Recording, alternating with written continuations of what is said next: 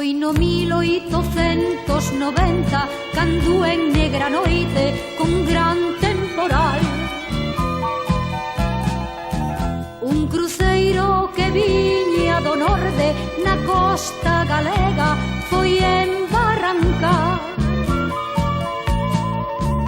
Era a noite do 10 de novembro, o mando do Serpen iba a Mister Ross e a 3 millas do Cabo Vilaño foi dar contra as pedras nos baixos do Boi. En Camariñas aínda hoxe lembrase ben o que na costa aquela noite aconteceu.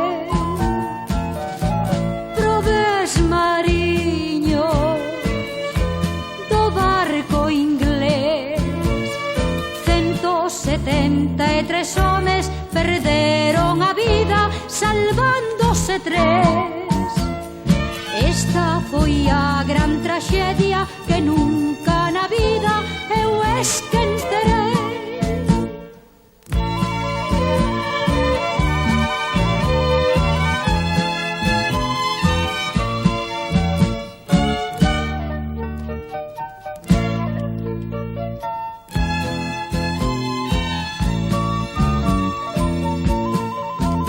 Foron tantos os que ali afogaron que houbo que enterralos na beira do mar, onde os restos daquel cemiterio son hoxe testigos do noso cantar.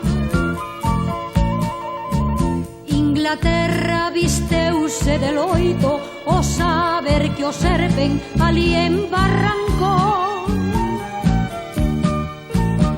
Pra sempre a esta costa galega de Costa da Morte o nome quedou. En Camariñas aínda hoxe lembrase ben o que na costa aquela noite aconteceu. Probes mariños